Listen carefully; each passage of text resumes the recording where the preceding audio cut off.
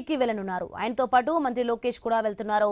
ఢిల్లీలో జరిగే CII conclave లో పాల్గొనున్నారు వీరిద్దరు నేతలు. అనంతరం పలువురు కేంద్ర మంత్రులను కలవనున్నారు సీఎం చంద్రబాబు. రెడ్డికి అంశానికి సంబంధించి మరింత సమాచారం మా ప్రతినిధి కాంతి ఫోన్లలో అందిస్తారు. ఎస్ కాంతి, ఏపీ ముఖ్యమంత్రి చంద్రబాబు నాయుడు ఢిల్లీకి వెళ్లనున్నారు. దీనికి సంబంధించిన డీటెయిల్స్ ఏంటి?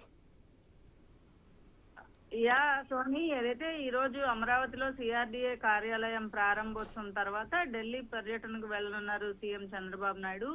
ఏదైతే ఈ ఢిల్లీ పర్యటనకి సంబంధించి షెడ్యూల్ గత వారం రోజుల క్రితమే ఖరారైంది. అయితే ఢిల్లీ పర్యటనకు సంబంధించి ఈ రోజు రేపు సీఎం చంద్రబాబుతో పాటు మంత్రి లోకేష్ కూడా ఢిల్లీ పర్యటనలో ఉంటారు. ఏదైతే సిఐఐ కాన్క్లేవ్ తో పాటుగా ఈ రోజు సిఐఐ కాన్క్లేవ్ లో పాల్గొంటారు. రేపు గూగుల్ కి సంబంధించినటువంటి అనుబంధ సంస్థ అయినటువంటి రైడాన్ తో డేటా సెంటర్ ఏర్పాటుకు సంబంధించి ఒప్పందం చేసుకోబోతూ ఉన్నారు. ఇది ఏదైతే విశాఖలో ఏర్పాటు చేయబోయేటటువంటి రైడాన్ డేటా సెంటర్ అనేది గూగుల్ కి సంబంధించినటువంటి సంస్థ 84,000 కోట్లతోటి దీన్ని ఏర్పాటు చేస్తున్నారు.